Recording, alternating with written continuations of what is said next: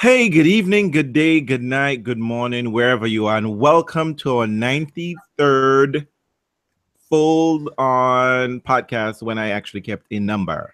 I'm sure we have podcasts out there, but hey, it's 93 official podcast where we talk about tennis and not something else, but we always talk about something else. Always. But this was not going to be our 93rd podcast because, somehow Janina decided that she has a family and, she got to deal with her family. And I'm just like, lady, priorities. I don't pay you for you and your family. I pay you to be here. But by special I'm here request, now. But she decided to come on me by special request by one of our number one fans. We decided to forsake my sleep and put out a 93rd podcast because we need to celebrate Federer winning Halle. But before I go any further, let me introduce my co-hostesses with the mostesses. First, we have Andreen from Solely Tennis Travel. How Hello. are you, girl? I'm good. How are you? Oh my God, I'm so missing the sound effects. I'm so missing this. We gotta fix this, Jesus. Fix this, tennis, Jesus. And all the way from far in Ohio, the killing of podcast Hi. lover. Be a little bit more enthusiastic than that. Hello. And the homosexual of the podcast, we have Reels. And happy Pride. Actually, ladies, you're supposed to treat me really good today because That's right. this is Happy my month, Pride. okay? This is all about the homosexuality. You get like 2 more days. I know. And then everyone treats you like shit again. Well, actually, treat you like shit anyway. Just like, you treat me all the time. But hey, What do you do? Do you get a moment of absolute awesomeness before Trump rolls you up and kicks you out of the country? Is that what this is, or what? Girl, I think Take Trump away has your right to marry. To kick me out of this country before he even gets to the homosexual part. Okay. So Still have some time. Still have some time for Ivanka to save y'all. Well, you know what? Ivanka don't involve in politics, right? She stays out of politics. Did y'all know that? Yeah, that's what she got- says. Yeah. It's an interesting new development. But anyway, let's get to the news, the real news. So, you know what? I'm going to deal with the ladies because, to be honest, none of us got to see any ladies matches because I don't know where to find it. I mean, I think it's on beIN if I Sports. wanted to. Obviously, we know how to find it because we all follow tennis watchers. It's all about whether we can actually find the channel on our network. Or whether it's on time, whether it's live, actually. Yes, that was the problem this time around. Yes, it was on beIN, but it wasn't live. Who wants that shit? In fact, the match was in the third set. And beIN is about to kind of start this match. It's like, hey, we gotta watch Moto Grand Prix first, people. So, y'all can watch so bad. Well, you know what? I mean, I never, I follow what is his name? Darren Ravel. And every now and then he gives me something really useful, right? And he let us know that basically the WTA is 2 steps out from actually owning their product, right? Because I did see that. Remember, they had sold the rights to the coverage, and then the people they sold the rights to distributed it to beIN because I'm sure beIN probably gave them more money than Tennis Channel could afford to. And so now you're basically at the mercy of whatever they decide to do with coverage. So weirdly enough, it's they're 2 steps away from actually owning their own thing. Right? And what's even crazy is that the highlights reel will be so late. Their highlights is on point. Their highlights are quickly on Twitter, but you can't see live matches. I don't understand it. I don't understand it. Why don't they just team up with Twitter? Well, actually, that might not be a bad episode because I think generally, all fans are on Twitter. Well, who do you want them to team up with in Twitter? Because at the end of the day, they don't have any control, remember? Well, not at this point, but not at this point. They've already sold the rights. You know what? I don't care what they do at this point. I just want to be able to watch. Well, the good news is that you can always, at least from now until whenever they've decided to not make it happen, we'll always have tennis coverage. We'll always have tennis coverage at the slams. Oh, and so, it was Daniel Kapman, right? He says, the issue is that the WTA sold the rights to Perform, and then Perform sells the rights to different outlets. And unfortunately for us, Perform really only cares about beIN Sports. So realistically, you can't even petition WTA. You have to petition Perform to find other places to sell it. Yeah, I mean, you know what happened? the WTA fucked up. You know what? They got time. greedy. They got greedy because I actually remember when the sales came out, the copyrights, and everybody was like smacking themselves around. They're like, yeah, the WTA is a great product. Look at how much they sold. They didn't think to make sure that the platform they were selling it to was actually going to be useful. Right. So, and I actually heard a little bit on a piece on Tennis Channel over the weekend that said that Tennis Channel is actually the fastest growing network in the States. And I would be really curious to know how that's measured. But when they said that, how that worked. I mean, when they said that, the first thing I thought was, and we've got no WTA. We've got virtually none on there. Well, I tell you what is happening here. I mean, I think that might be, though I don't have the specific of that comment. I think what they're referring to is a little bit of a alternative fact, perhaps, or a little bait and switch, because what happens that Tennis Channel is owned by St. Clair Entertainment, and they're in fact one of the largest. I think it is in fact the largest television group in America, because by sheer virtue they bought up a whole bunch of small little television stations around the country, and they sort of push a very pro-Trumpian conservative agenda. So, well, which is why I said I would be interested to know how they measure it. But nonetheless, we know we can make stats mean whatever we want them to. We can create the numbers to flow in a certain way. And they've done it enough to give themselves a commercial that says we are the fastest growing network in the country. Well, you know what's sad about it though, Reels, what's sad about it is that at the end of the day, it's like Tennis Channel is branded, right? It's branded content. So it would make sense to be on Tennis Channel, even if you could make a little bit more money on being. Like having someone invest in coming on a channel and then knowing that I'm going to find women's matches as well as men's matches. When you have a channel that is called the Tennis Channel and it essentially just runs men's tennis, it becomes the default again. So I mean, on some level, I understand wanting to go out and get as much money for your product as possible. But at the same time, we all have to understand that tennis doesn't have that much market penetration. So it would actually behoove us to have them on one single place so that the growth of Tennis Channel equals the growth of your product equals the growth of everything. You know what I mean? It just Andrew, that makes way too much sense, girl. Come on. Stop. And the other thing in fact, I mean, if you want to go back from the history and the onset of Tennis Channel, I think, if I'm not mistaken, Tennis Channel has been somewhat doomed from the beginning. Somewhat got duped, because Tennis Channel was supposed to be, I think when they joined on with Comcast, it was supposed to be part of basic cable and you were supposed to get it no matter what. But however, Optimum, I think, or Comcast, whatever, no, they own Golf Channel. Yeah. And they wanted to pushed their product and pushed out Tennis Channel. So Tennis Channel, believing that they were supposed to get one thing and ended up getting something else. And that sort of left them sort of vulnerable. And that's why they've always been on the outside and scrambling to get in. And ESPN, with that, ESPN was in fact the largest sports market and was making money hand over fist. But now I feel like that would have changed. I mean, right. So they competed with ESPN, and that's why ESPN at one point was controlling everything. But then ESPN realizes that ESPN is laying off a lot of people. It's shutting down a lot of shows, a lot of like other website that they had, like Grandfield or some crap like that. I don't know. Mm-hmm. So they were having issue. Grantwood, yes. Yeah, Grantland.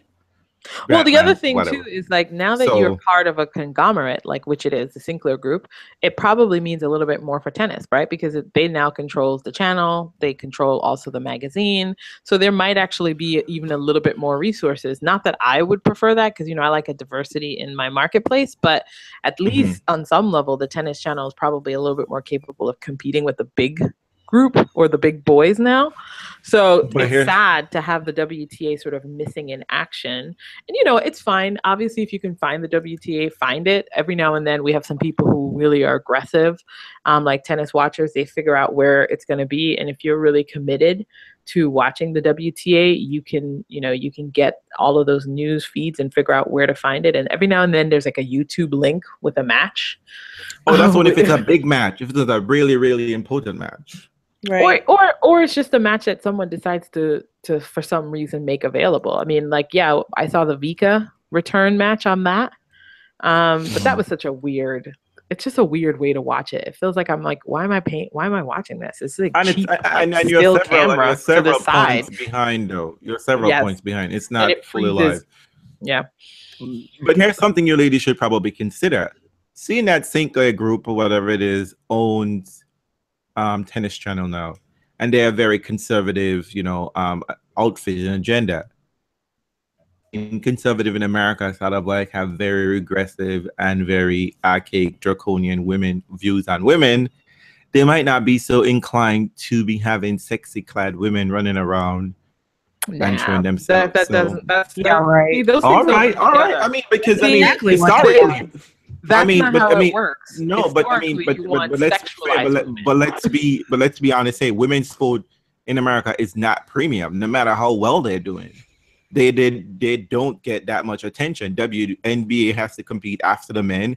Women footballers, soccer, are doing far better than the men, but not enough. And coverage. They don't get not enough coverage in one of the cases. Me, so no one is interested in doing that. I mean, they weren't interested when they're assured of this going to be a guaranteed market.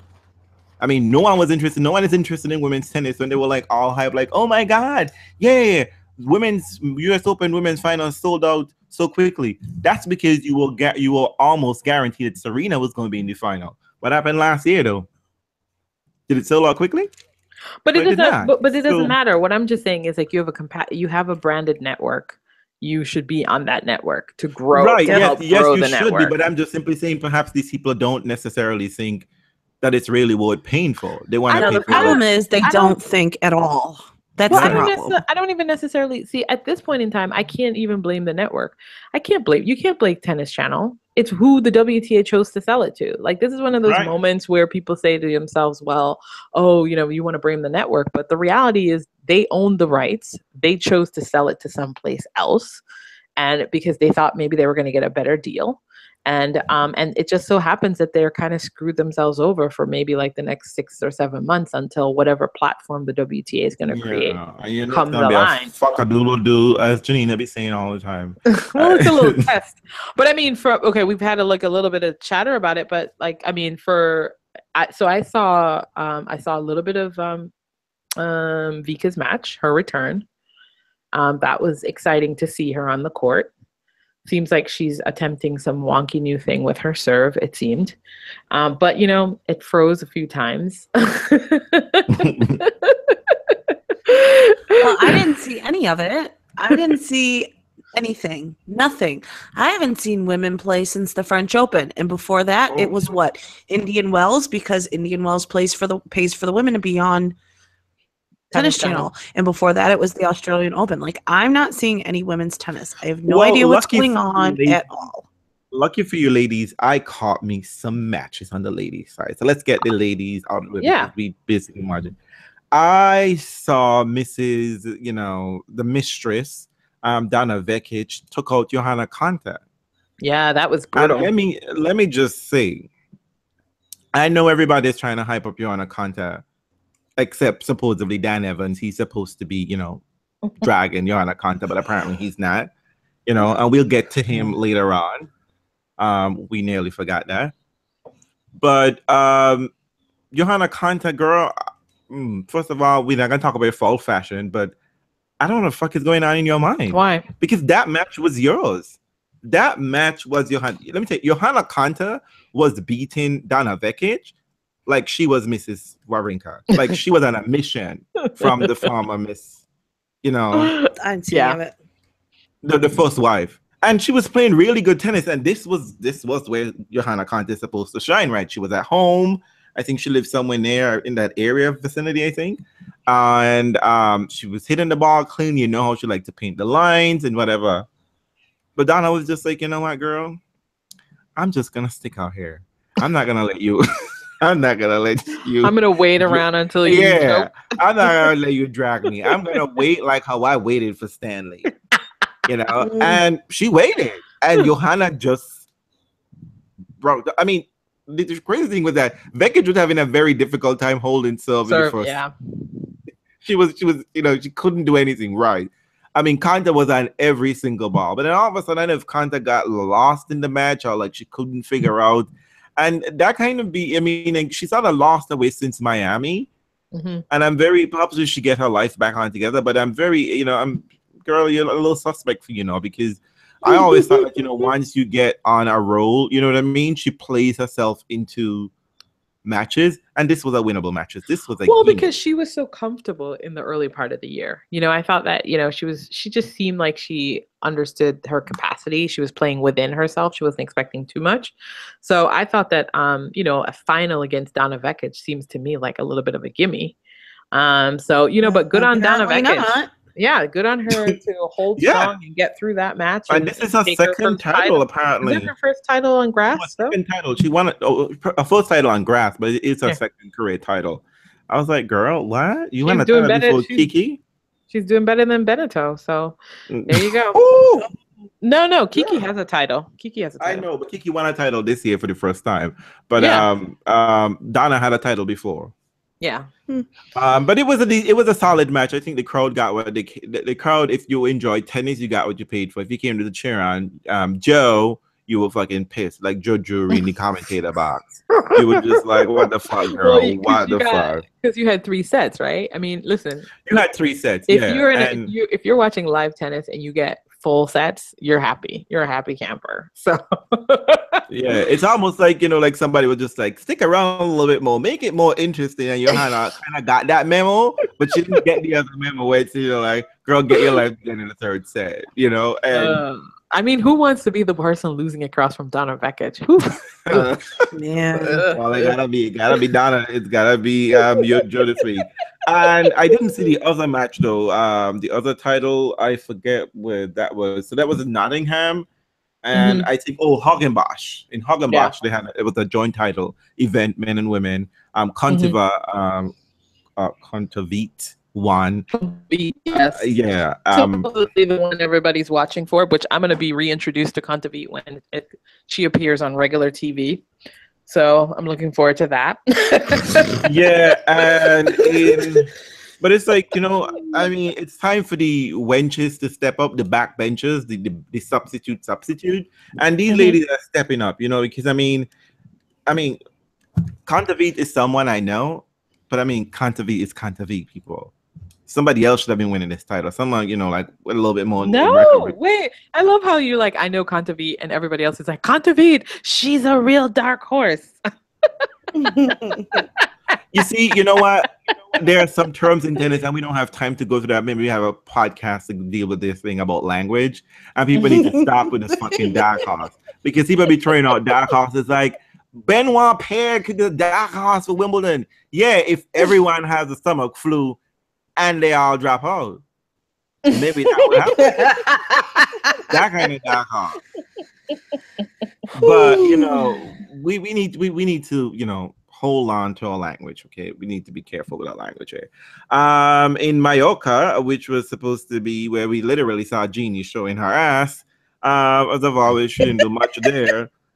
Wasn't that horrible? That was a horrible outfit. Yeah, exactly. I don't mind you showing your ass. That is not my problem. But if you're gonna show your ass, girl, show it better. Yeah, I know strippers, you know, up in Bronx somewhere, girl, who could do it better than you. And I didn't know, girl. It was really ugly. Someone need to talk to her, okay? You need a good. It was just ugly. Yeah. But anyway, girl. That is not the issue. But you know what? Sevastova, you know, who kept her panties clean, you know, she took that title. And I kind of felt sorry for your girl, Andre. You know, she performed just like her number. You know, she beat Yulia Gerges. You know what I mean? Yulia, girl. This was, I mean, it's grass. You got that big serve, that swinging left. The girl, this was... And it seemed like she was on the way towards it too, and I was so sad to actually be missing that match, because I was like, you know what, when Yulia is performing well, I want to watch it. But you know, I saw her messily go away. But you know what, girl, Yulia Gerges, you got runner-up money, and that is far more than you were getting before. 125K ain't cutting it these days. You know what? You get yourself into some main draw. and you make some money, okay? Oh my And you know what, God. girl? that's You might great. even play spoiler to Ostapenko because I know someone is snatching. But you know what? The best part of Mallorca for me wasn't dragging those horrible outfits those girls were wearing. Some of them were wearing At the some party. sacks. Yes, at the party. Oof. But let me Oof. just give a shout out to my girl Sabine Lazicki. She fixed the teeth pretty nice, so don't you say shit about my girl. She did. She fixed her teeth. Yeah. She No vampiric teeth anymore. And unfortunately, and as always, Sabine never goes outside looking like a hot mess. She looked good. She didn't look like she was always dressed for looks that good. event though, but she did look Yeah. good. I gotta put it up. She looked the best. Of Which course. is kind of which was easy to do, right? She It's easy to do in a crowd wearing flip could have flops. come out there in a towel and still be. Although I have to say, Oh, though, I have to say Mallorca is like odd to me. Like the grass looks like it's really dry, and the sun is like extra hot to me. I don't know. I mean, a grass Mallorca look tournament like in they're going Mallorca. to the beach. I don't know. I mean, to me, just like It's too informal a tennis looking to tournament me. in Mallorca, I don't know. it just looks beaches. You know, like people just like, I need it to be on Oh. sand or hardcore. it's a little I bit don't know. extra. yeah. It feels a little weird, and it's like, what are you sitting on concrete? It I mean, don't how feel hard is that raining. on? Yeah, it How don't hard is feel that on your raining. ass? Oh, is Yeah. that the place with the Yeah. weird Yeah. setup? Steps? Yeah. Yeah. Yeah, weird. You're going I into forgot a that. yard. That's a backyard classic. That's exactly what it is. It looked like a backyard classic. Like you go to some rich person's house and be like, hey, we got a tennis court down the way, Nick, going to the beach. It's right here. And we kind of set up some kind of like, you know, it's like a posh party, but it's not posh people showing up there. That's what it feels like. Yeah, I was. You know what? I was okay. It's all right. Yeah. It But looked- you know what? It gives us Vika is back, you know, Mhm. and Sabine is back. Ostapenko girl, you better watch out. Sabine is a French Open winner killer. Well, you know She what's good about, I do think what's really good about Vika, though, is that a little bit of the pressure is off of her. You know what I mean? Like she lost her second round. And so now it's like, okay, you've been away for a while. Mhm. It means that you're going to take a while to get back into your form. All right. No pressure on you for Wimbledon or any other. I mean, what is- right. you know what I mean? It's true. good. It's like Yeah, if not she had like won the Petra. And it's title. also Bitch comes out winning And it's a titles. world slam too. Petra is like a miracle. She's a miracle right now, right? She's won her. She's winning titles upon return to the tour after what 6 months? Mm. I No, not 6 months. It was 6 months, yeah, I guess so, because she got injured last year. You know what's Mhm. weird? Oh. You know what's weird about all the superlatives? Listen, I'm happy that Petra is back. Petra is doing the thing that most people do, which is they return to work and do their jobs after a really horrible time, particularly like if you're a black person. If you're a black person, these kinds of injuries probably happen to you quite often. And so it's a normal thing. It's a normal thing. Listen, everybody's acting like this is some sort of, listen, it's normal for a tragic thing to happen to you. And guess what you do? You get up the next day and you go on with your life and you have to just live and you got to go earn your paper. Okay. So let's stop with the language that Petra is brave, that Petra is fearless, courageous. I don't understand the extra that's been added to that entire She's narrative. a tennis player and she's doing her job again. It's wonderful. It's really wonderful for her to come back, but I need people to stop with the narrative. She's not a firefighter rescuing puppies and kittens. She's a woman who's had something tragic happen to her, and she's returning to a tennis court to do her job. The tragedy didn't even happen on a tennis court, so it's okay. And furthermore, let's not Petra project has too much on it. Okay, I'm like, and to add to that narrative, Petra has never, ever played herself as a victim from the very offset. So y'all stop it. yeah, it's She's okay. been happy and giggling and saying that she will be back, and she's back. And she's winning on her favorite surface on grass. And she won Birmingham, beating Ashley Barty. Yes, I don't know how Ashley Barty got there, but Ashley, you're doing it for Pride Month. she's doing it for You're Pride doing Month. it for Pride, and unfortunately you got another runner-up trophy. And but you know what? We don't give a shit. We still saying fuck you, Margaret Court. I'll say it for you too. Well, you know what? It's good news. The thing about it is there's nothing surprising about Petra doing really well on a surface that is really her favorite. And I think she is dangerous at Wimbledon because the one thing that I've always noticed about Petra is that she seems to lose focus, and there's nothing like returning from something that you weren't able to play to give you focus, right? So I think that she's dangerous at Wimbledon just because of that. And she's been smart and removed herself from Eastbourne with whatever injury you have. Listen, she got a doctor's note. We can say big injury. It's a doctor's note. Come on, you need a doctor's note. She got a jalapeno. That's what we call it. The doctor's note. Listen, you need a rest note so that you don't overwhelm yourself. Because she's listen, she doesn't. Oh, maybe you have a Diva-Dal dilemma. Who was apparently a jalapeno and a Diva-Dal dilemma. You heard it here first. Well, listen. Everybody who's like talking about Rafa Nadal, and everybody's talking about it's a return to the Federer era. If it is truly a return to the Federer era, it is exactly the same thing that we've talked about, which is Rafa will win Roland Garros, mention his knees as a potential problem for grass, don't play a warm-up tournament, and return to grass and play as if he had not taken a break. So. Amen. We all have seen this storyline before. There should be no confusion about how Rafa. Please don't get confused about what's wrong with Rafa. Is anything wrong with Rafa? Rafa's going to play what, the Boodles or some sort of exhibition? Don't say that word. You will. What is that? What is Boodles? It's an exhibition. Boodles. Boodles sounds like a gay bar you should not be in after dark and by yourself. Yeah. And you should never. And drink water where you can see the bottle open in front of you. Open the bottle yourself. Yeah, don't leave your drink lying on anyway. You shouldn't leave your drink lying on anyway, but in Boodles, gay bar, you just shouldn't at all. You put your drink down, forget it. So stuff might happen there. But, as we talk about, let's segue. So, congratulations to the winners on the ladies' side. Congratulations to Petra. We have Eastbourne coming up this week. And what, Antalya? Where the heck is that? That's amazing. Isn't that Turkey? I don't know. Let me stop because my geography is fucked up on this podcast when my geography is excellent elsewhere. I don't understand it. You ladies be fucking on my head. It's the Janina effect. I don't know what shit is. You don't know time. I don't know places. I mean, thank God Andrina is here. She helps us through a lot. Please don't get away with that.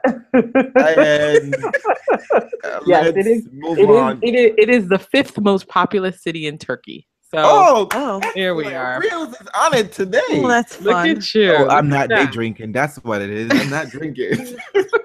I had water before the podcast. But you know what? You know what I have to say? It's got a decent lineup. All the people who lost early went. I mean, you got Ferrer over there, so it should be. It's a joint event. Oh, that's a men's side.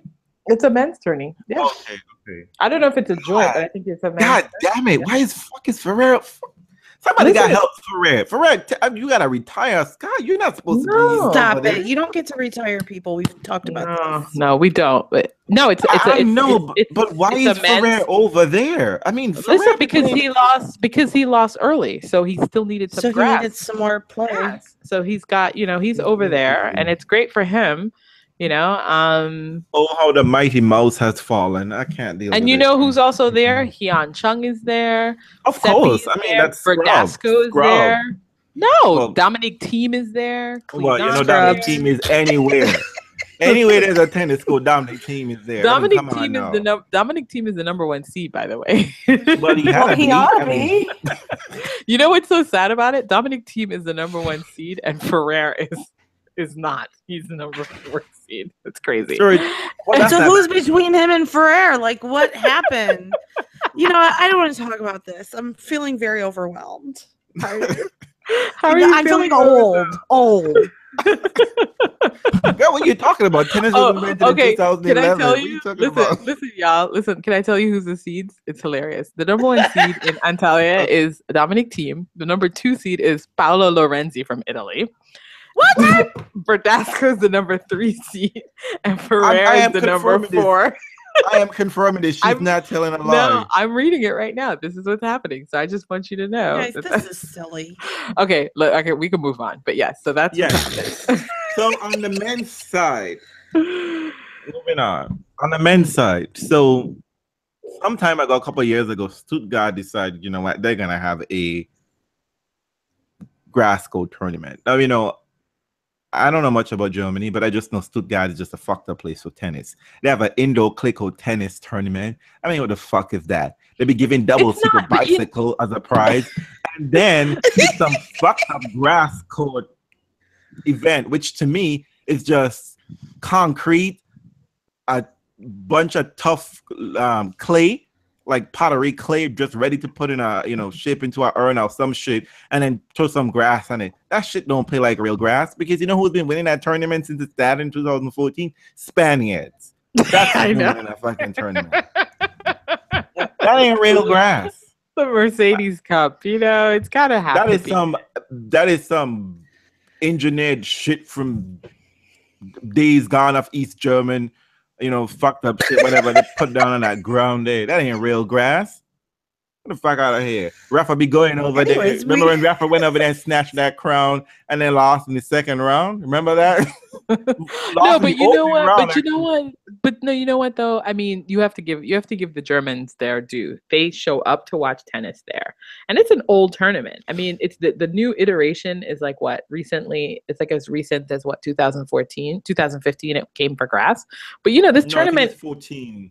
No, it's 2015. It was played on grass. Rafa won it in 2014 though. I'm almost sure of that. 2014 it was clay, so I don't know what you're talking about. 2015 he won it, yeah. And RBA won last year. So the tournament is doing as good as it can. All right, just let it be. Let it have its moment in the sun. Rafa won it in 2015. Dominique Thiem won it in 2016, and Luca Pouille won it this year. So it's decent. It's a decent group of people. RBA won in 2015. I am sure about my facts. No, you're not sure about your facts, and you're wrong about it. No, Rafa won it in 2015. So sorry, boo. RBA won it in 2014. Reels is frantically googling, and that was when it was. He is, because it was on clay. So let me let you know you're wrong, and let's move on. Booyah! Rafa won it when it was full stand grass, right? Yes, which is 2015. Okay, that might be where I'm getting my facts. Look at you trying to correct yourself. You know, take your facts like John McEnroe and get the heck out of here. Oh. No, I'm just teasing you. So anyway, no, I'm not. So yes. So and then the men. But you know what? The men, I saw what was on Tennis Channel. I didn't go searching for gold, and I found Queens. I found Queens and I found Halle on my channel. When I woke up in the morning, wait. Don't you ladies just try to sidestep that whole Stuttgart hot fuck of a mess where Federer showed up, and then I don't know what the fuck he lost to Thomas Haas. Yeah. Look, Federer, you know I'm all about giving your buddy a hookup, but they don't be giving Tommy Haas this kind of hookup, okay? Because that motherfucker needs to go home, okay? He needs to go home. As one person put it, the Indian Wells champion lost to the Indian Wells tournament director. What the fuck is that? Listen, it was Germany. It was a chance for Tommy to go very far in a tournament without any major seeds. And, you know, Federer gave him a solid because Federer had match points, did him a solid. And what did Tommy do but lose in the next round, which is Tommy's habit? Of course, because Tommy has no business on a tennis court. He has no business doing that. Federer, buy that motherfucker a box. Okay? Buy him a fruit basket. Buy him a television set. Fuck, you got enough money to even buy him a TV. I'm buying my life because God knows I'll give his wife a job somewhere. Because she ain't getting no acting credits, and she's certainly just too much time on Twitter. Listen, but you don't give this motherfucker a free match. It was fine. He gets to go and be like, guess who beat Federer? A spade. Federer was rusty, and Haas took advantage. And Haas is very good on grass, so it was fine. It's not really all that surprising. I mean, no. Okay, whatever. You ladies have that point, but I'm just saying. I'm just saying, if there's ever a moment when Federer is slightly emotionally conflicted, it's when he's playing someone that he's known for a long time. And I feel like in that match, it was winnable. He didn't win it, and Tommy Haas should have taken that gift and done something with it. But he tragically this looked like, didn't. You know, that Dubai. Oh, did y'all see when he lost in Dubai? Yeah. when Federer was playing tennis, just like, you know what am I doing here? I don't know. How is Norman? I wonder how Norman's doing right now. Well, I remember. But you know what? Can I text Merca and let Merca know what's going on? Was Merca even there? Listen, early losses are great. Early losses wake Federer up, remind him that he needs to stay engaged, and that's what they do. Same thing happened. The early loss in Dubai turns around Indian Wells. Same thing here. Ignominy of losing to Tommy Haas. It's fine. Tommy Haas on grass is a very respectable loss. I mean, that's a pretty respectable. If there's one thing Tommy Haas is competent at, is grass. Tommy Haas on like clay. Now you might go on and take yourself out back and give yourself a beating, but can y'all hear me rolling my eyes? Can you hear me rolling my eyes? But anyway, thank God Federer saved himself in my eyes by getting his ass together. And what? Did he beat the two Zverev brothers? He did, right? He did, and apparently that's a big deal. Is it though? I mean, no, that ain't a thing. No, it's not. That's not a thing. Let's not get carried away. Let's not get carried away. Okay, let me tell you the only sibling duo that is a thing: Venus and Serena. No John and Patrick. This. Everybody knows Christina and Carolina. No Uza and Aga. They are not things. They are siblings. No Mike and Bob. Nope. No. Let's not get carried away. Let me put this out. Let me put this out before it goes any further. If you hear anyone saying this as if it's a thing, or anyway even close to beating Serena and Venus back to back. No, it's not a thing. If anyone says that, you slap those persons saying, in the name of tennis Jesus, I rebuke you. Okay, but you know what? The good news for Federer was that this was a field that he should handle, and he handled the field well in straight sets straight sets and everything. He didn't lose a set the whole time. That's exactly what you want to do for this person. The only match I thought Federer knew he was going to be in trouble. The toughest match I think he faced was that Karen guy. Yeah, Karen. Mm-hmm. And let me tell you, ATP, young boys, let me tell y'all a little something. This is why y'all getting fucked up, Y'all keep hanging out with these old boys and think they're your friend. They're not your friends. They studying your game. Federer was hanging out with Karen earlier in the week. Oh, Karen was just like, yeah, I'm practicing with Federer. And then you know what, right? Karen was fighting his ass off. I was like, everything I'm fucking doing on it isn't working. Yeah, because you showed your hand what? But no. That was not that match. I think Federer actually didn't practice with him enough, because I think that Karen was beating him at the back of the court. Exactly. Federer could not. He was treating him like Delpo treats Fed sometimes. Like Federer was being overpowered. And the only reason why Karen did not get himself a set was because he was so undisciplined. Because when he had a winning opening court, he kept messing up and making errors. The ball. Yeah, exactly. Except he did that in the Rublev match. He did that in the Rublev match. That's what Federer needed to know. Federer needed to know. Let me see how to get your chink, right?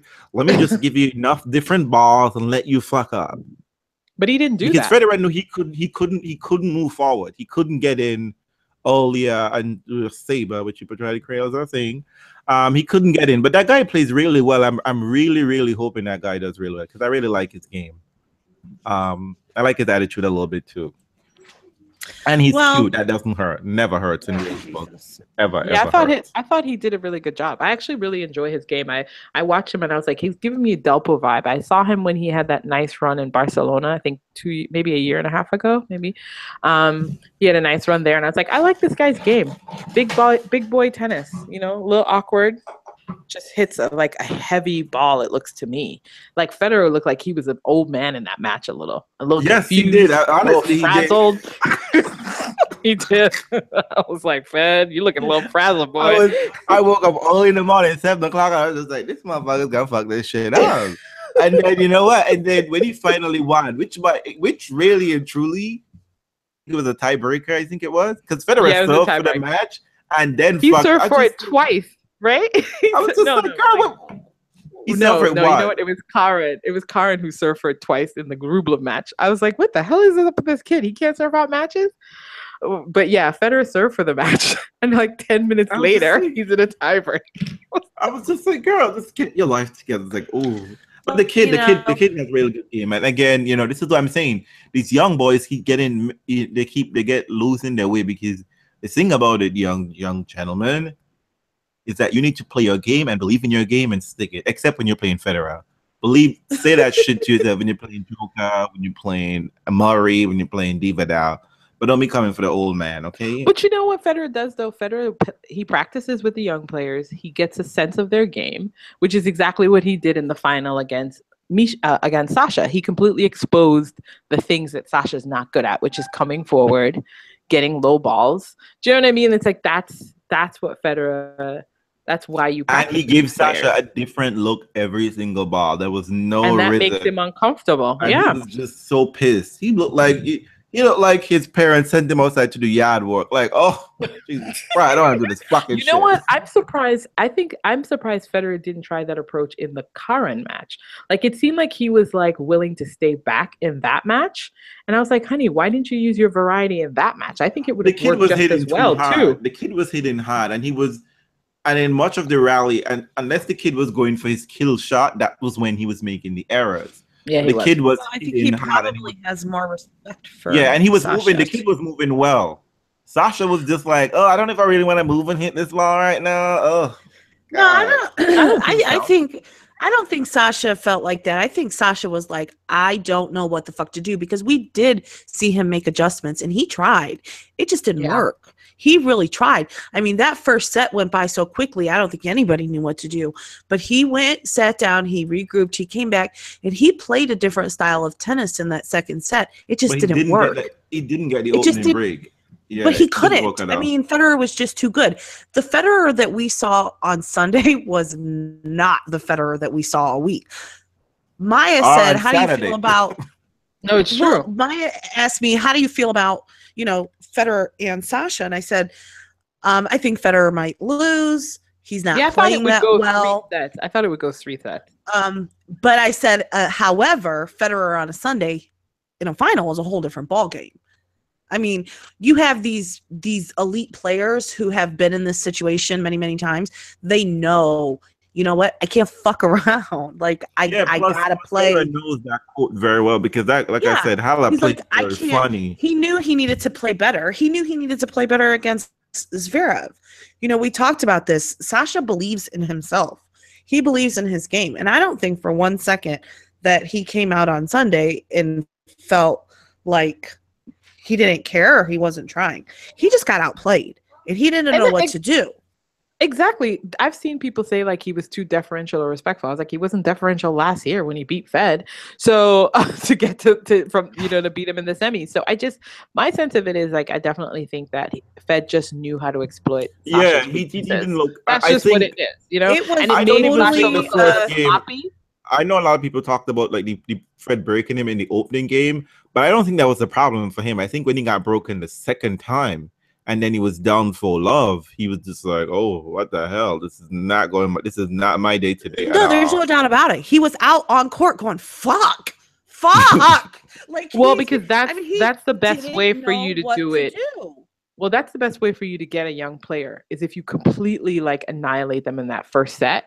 And then first of all, then they've got such a dip there. But I think that it's like Janina said, though, he didn't give up. He regrouped and he tried in the second set. And I think because you know what, did you see the Gasquet match? Like Sasha in that Gasquet match was so good. Like because he lost that second set as well. I mean, he lost the second set and he was like, you know what? Set. No, was it? Oh yeah, he lost the open set and then he captured the second. Yeah, and he just was like, you know what? He was problem solving out there. You know what I mean? He was using all court tennis as much as he could, and he really dug in that third set. And I was like, you know what? Because he tried to do it with Federer. He did try. But I think the difference might be that Federer makes you play on his time. Well, sure, he was very fast. Yeah, he was very fast and efficient. Fast and very up in the whole fucking match was under an hour. I mean, and I don't know how people felt about that match in the sense that, it's 53 minutes. It was like, quote unquote, one of those master classes. And, you would want a more competitive final. I mean, I think in some ways, obviously, as a Fed fan, I'm like, get it done quick. Grass. Grass but, too. But but I think I think we saw a more evenly matched pair in the final in Queens. Do you know what I mean? Those two. Oh yes. Oh, no doubt. That and so that made that match really competitive for a long time. That was a much more higher quality tennis I thought for them as well. I mean, they were both playing grass court tennis. And before we move on, I think we're switching. We're jumping ahead in time. So let's mention Hagenbosch. Hagenbosch saw 2 serve bots. Mueller, right? Yeah, Gilles Mueller. I couldn't remember his first name. He's having the time of his life. These old motherfuckers are just running amok on your toe, ATP. What the hell? But to win a title, you gotta be 35.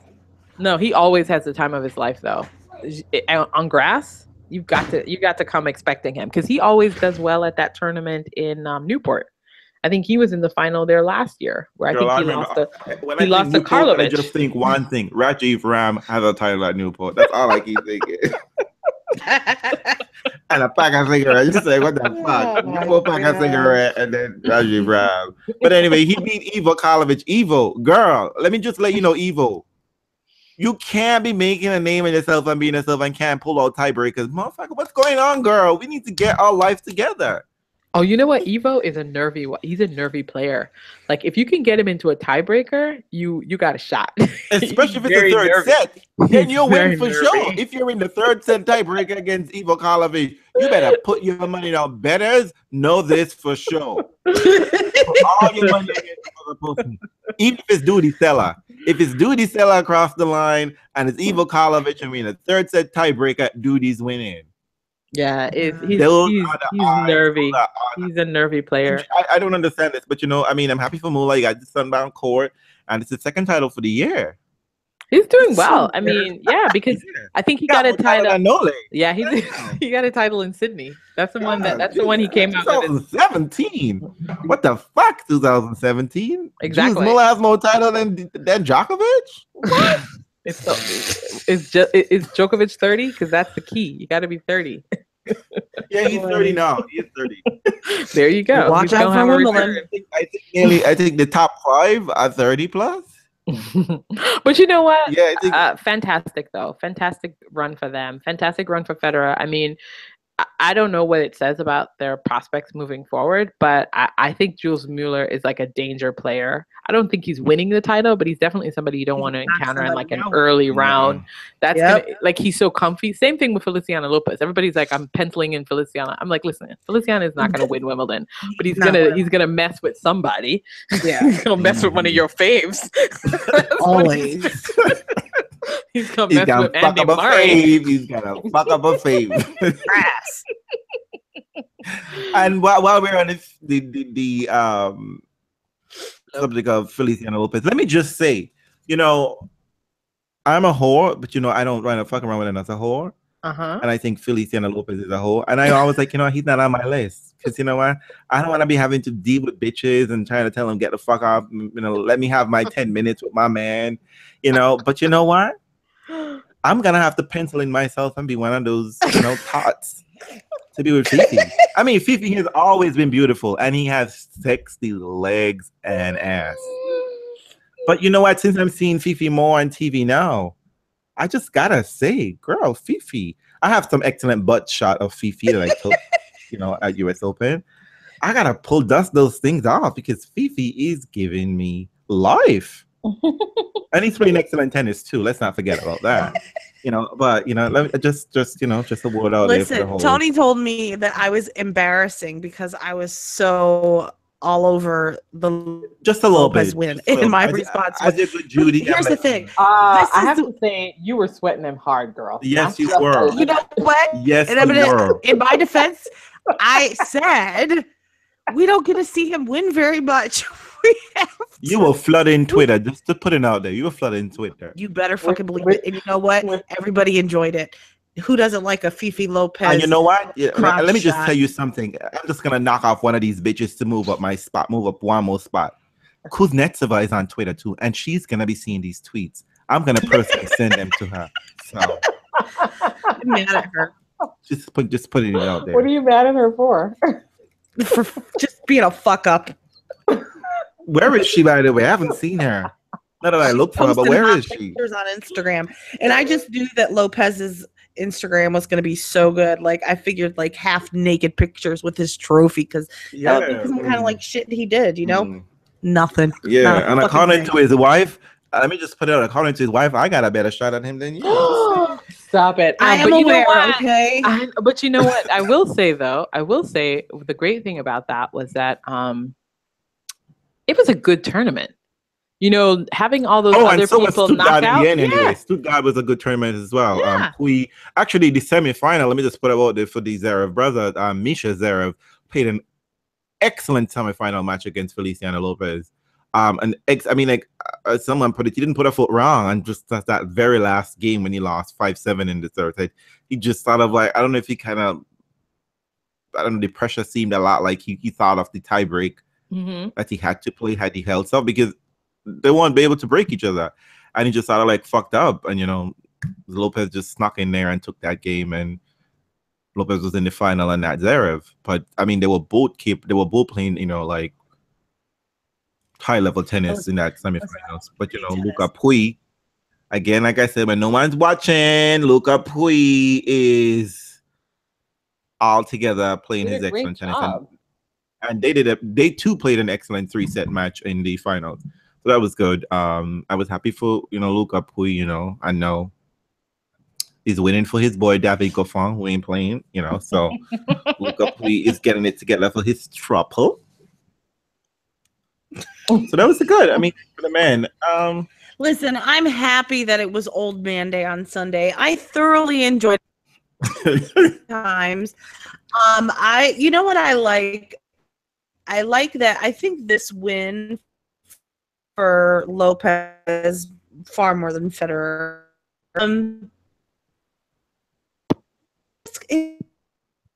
Boost his. So I'm excited about that because it is a grass court game. I mean, it is. He can do well. He probably won't. You know, he's a typical fuck up. It's what he does. But whatever. I'd like to see him make a deep run. Maybe this will make him, you know, feel like he can do something. Well, he has. I mean, I think he's made it to the quarterfinals before, so it's not as if it's not possible for Feliciano Lopez to do well at Wimbledon. But I think he's not had a good year this year. Yeah, he's not had a good year at all. Like he has had some really weird losses, and I'm just like, oh, what is going on with you? Are you like, do you have one foot out the door? No. I mean, I think he was changing his game up a bit. And I think it took some time for him to adjust. I think he was trying to do some stuff on his backhand side. So I think that maybe now he's a little bit more comfortable. Hey, I'm here for it. Maybe that wife sent over those like terms and stipulations for that divorce. He realized I gotta put some money in that bank account. Or an attorney sent that bill. Gotta pay that hush money now. I'm just saying, you know, like keep our options open. Let's keep it open. No, I mean, I think last year he lost to Nick. That's a decent, you know, that's not bad for him. And this week, you know, he beat Marin Cilic, Marin Cilic is trying to act like he's a top player, trying to win some. But you know what? He's doing a good job. I have to say, he kind of is. He is. He kind of is. He is. I mean, because you know what? There was nothing to separate him and Feliciano Lopez. It was just that, what is he? I think he hit a backhand wide. I mean, that match was a nail biter. Remember that nail biter? You know what else? Gorgeous. Yes. You know what I loved? I'm going to tell you what I loved as far as Cilic is concerned with this final. When he made some stupid errors that we hadn't seen the entire match that cost him the match ultimately, we saw so much emotion from him. He doesn't typically give you he had a lot of resolve at all. Well, he has his box. Boys in the box are usually much more animated for him. Yeah, but I don't know. I just felt like, check him out. Watch this, because we saw something different. We saw there was hunger. There was real hunger, real desire. I haven't seen this before, and I just thought, you gonna sneak in somewhere and get you a second slam, boo? Do it. Yeah, not on Federer's watch, okay? I don't care. Do it when Federer is tired, Cilic. But listen, let me just say, Federer, I mean, as I was watching for a while, it's gonna happen. Something's gonna happen. I'm greedy. You know, I told you, Nina, I wasn't greedy, but you know, I lied. You know what? I'm out here for Venus and Federer win everything. God damn it. I don't care.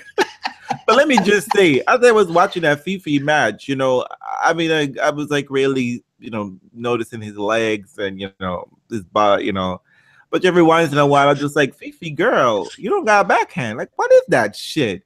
You slicing the dice. You just noticed that. Hello. I mean, let's be 100 here. When I'm watching a FeFe match, I ain't watching FeFe. And usually, if he's playing one of my faves, Gary still ain't watching FeFe because he's getting his ass beat. But this is why his backhand is so great on grass, right? Because he hits that slice, and that's what's effective for him. You know what I mean? Yeah, so because I was just like, Marion, girl, but I guess the ball. I was just like, Marion, like, why are you not on top of this? But you know what? But it works on. But it works on grass. On grass. It hits the low. Yeah. Lopez and I was just like, you can't. Has an amazing serve enough. And at the end of the year, when everybody's compiling all their serve stats, he's always at the top. Always. But because he doesn't do well overall all the time, we don't talk about him because he's not someone that we would call a serve bot. Really good serve. So it translates really well to grass. Yeah, it did. I mean, but it's just his leftiness as well, right? I mean, the lefty serve. Yeah, the lefty serve on grass is so helpful, right? Throws. But I mean, if you could get a Rafa backhand, FeFe go make nice with Diva Dal, Well, no. That's what he was working on. That's why he was struggling so much on hard, was that he was trying to hit over on his backhand. And that, I think it's taking him a while to adjust to that. So we'll see what he does, depending on how well he does on this grass cycle, which he's gotten the 2 finals. Federer hasn't even done that. So, I mean, this is like it's a good period for him. Maybe we'll see some changes when he gets back to hard. Maybe he'll be able to sort of do better there. So that was good. I mean, good news for the oldies. It's really, really great. I thought it was a really fun period. I'm sorry that Tennis Channel couldn't show your matches, WTA. I'm sure you were having a good time as well. From what I could tell, people online were loving you.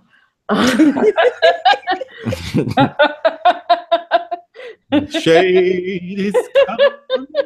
Shade. But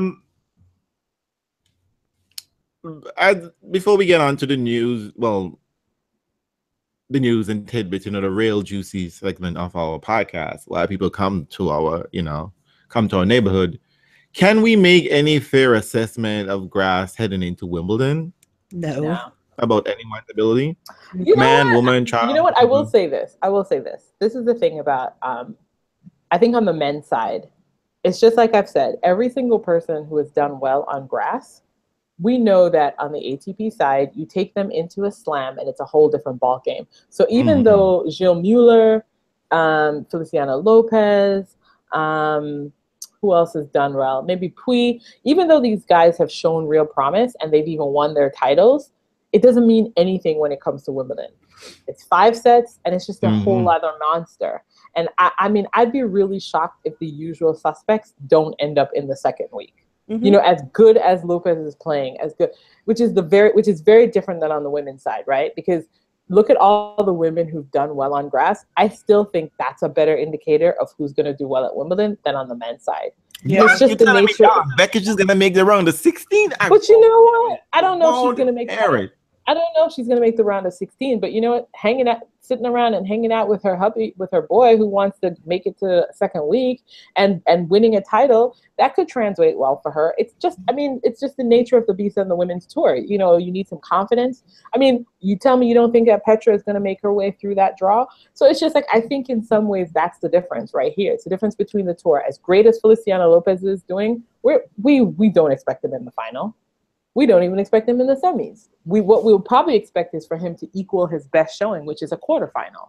Do you know what I mean? So, and the same thing. Yeah, I mean, Miller. I totally expect him to make it to the second week, but would it ever be surprising for Feliciano Lopez to be in the second week of a slam?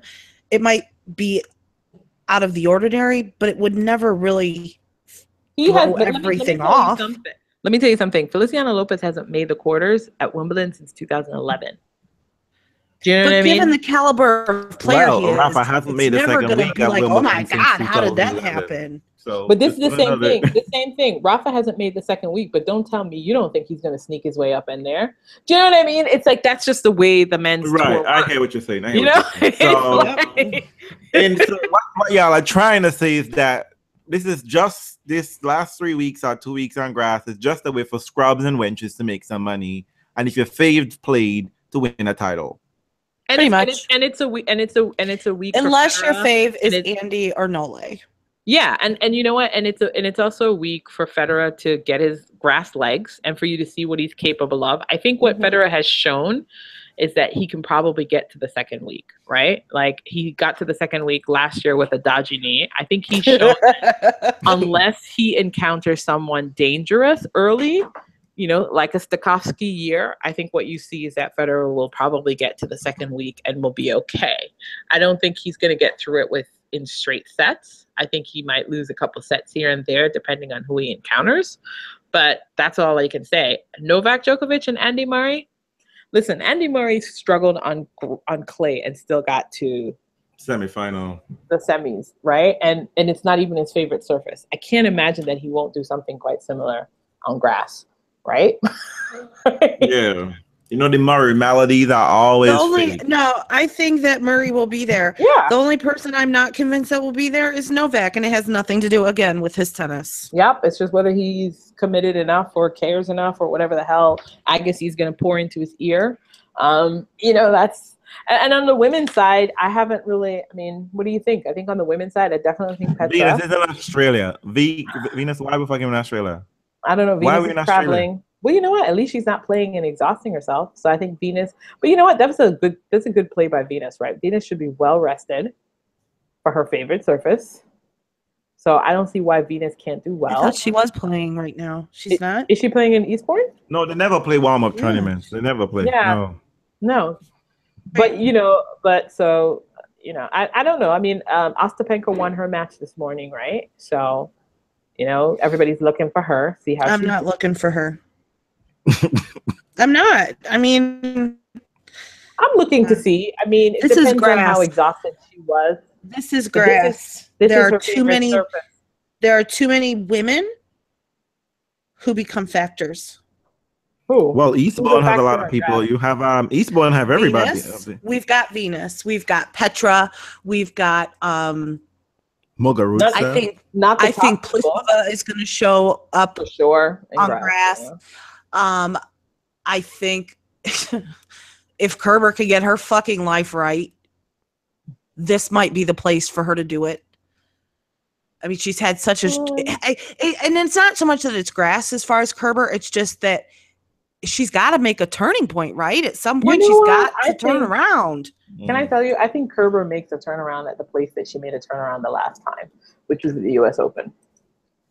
I think that's where she does it. I can't see her doing it on grass. Shit. For all I know, Lisicki wins. Listen, but you know what? What's up with Lisicki? Did she just take a year off? Like, what? She was hurt. I know, but I was always hurt. No, she took time off to get her teeth fixed. Come on. Kay, maybe you should take that advice, okay, Kay? I don't know what we're doing on tennis court. We don't know. Your body is like glass. I don't know. Well, you know what? Actually, I just hey, did you guys remember that Angelique Kerber was in the final last year? She got some points to defend, girl. She got a lot of points to defend. And she's only independent in any of it. Number one.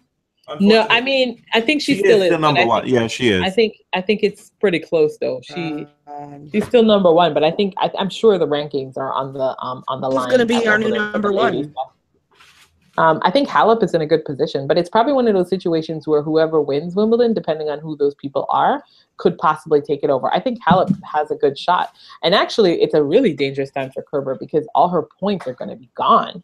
So, yeah, I don't know. I don't think Kerber leaves Wimbledon. I think Pliskova has a chance of winning. So, you know, be interesting. Anyway, it'll be fun. Yes, it will be. And let me just put a little plug out there for our live podcast this Friday at 9:30 p.m. Eastern Standard Time. My co-hostesses reminded me. Eastern. We'll have an extraordinary live podcast, and we have a very fun theme. People have been studying, you know. So, you know, I've even had to read things for. I know. we had excited! just calm down, okay? This ain't Felicia Lopez, and we're not on Twitter, okay? Just relax. I'm excited. I'm saying, so but in an stoked. effort, you know, as your not so fearless leader, in an effort to keep this a nice and tight podcast. In other words, Reel's gotta go to sleep. Soon we get. All right, let's get to it then. Let's go to it. Let's get to a little. We have a little review segment, and then we're gonna go. We have a review coming up later on. So, as this being tennis and this being 2017, tennis can just not chill the fuck out. We found out that Dan Evans has tested positive for cocaine, and I mean I don't always believe in karma, but I mean like, if karma is a thing, karma certainly is a bitch, and I'm loving her ass right now. I mean, what can you say? What can you say? Trash doing trashy things. I mean, yeah. What can you say? Although I do actually think that like cocaine or recreational drugs shouldn't fall under the same like parameters as like drug enhancers. Or I mean, are they counting that as like a drug enhancer? I mean, it feels different to me, but substance. Or banned. It's illegal, but it's not banned. Be careful, Andreen. Be careful. Why? Because I mean, I hear what you're saying. The narrative is going to turn into, oh, but maybe he has a problem. We should blah blah blah. Not. Oh, I mean, I think he probably is. You're not supposed to do. Oh well, yeah. He's a recreational fucking coke user, and he got busted. He's probably first of all, using coke is an illegal activity. It's a criminal activity. Yeah, so that's already a criminal activity. Yeah, that is a problem in of itself. Yeah, I mean, let's not forget that. I mean, generally, I think they've recently stopped that because we have acknowledged that white people do drugs as well. But in the past, I think in New York City, if you want a drug overdose and you were to call the police, you would be arrested as well. Yeah. So they no longer do that anymore because it's opioid now, not drug abuse. Yeah, it's an addiction. I mean, listen, I'm not saying he doesn't have an addiction. I mean, who knows? I don't know. He seems to be a partier, and usually drugs comes with partying. So I'm sure that's what's happening. Too. And he also sounds extremely lazy. So I mean, I have no sympathies on that level. I mean, but that bromance piece that that yeah. Star fucker. Well, is he really a star? No, he's not. I mean, that guy who wanted to ride his dick, who wrote that disgusting, working class tennis needs working class people. You can't be fucking working class and doing cocaine. Expensive. You working class, you do meth, you do crack, coke, but you don't do cocaine. Money. Well, that's because he'd been winning lately. He's won a little bit lately, so he had some extra cash. And instead of using that money to pay for a good coach, he decided, let me go get some the real question would be like, who's Dennis Stevens? What his name? He's already forgotten. Evans. Dan Evans. Who is he partying with? That's the real question. But I like it. Why does he have to party with anyone? It doesn't seem like anyone hangs out with him on tour. I'm sure he was out partying with the real folks. The other working class. Well, that's generally the issue, right? I mean, like, because you can't buy cocaine on credit, you have to have ready cash. Of course. But I thought it was rather interesting. But he said, when his little statement, he said, like, I just want y'all to know, okay, like, I'm disappointing people, but this didn't happen on tennis court, okay? Boo, it's cocaine. We know it didn't happen on tennis court. What does that matter? Like, well, it was happening in the middle of a tournament. Right? Like you were like you did it in a locker room. Who gives a shit? The thing is that when you showed up for work, you pissed dirty. That's just it. That was weird. Come on, boo. Let's not get lost up in the let's not get confused by what's happening here. But anyway, goodbye, boo. Unfortunately, you are trash, and they will treat you like shit.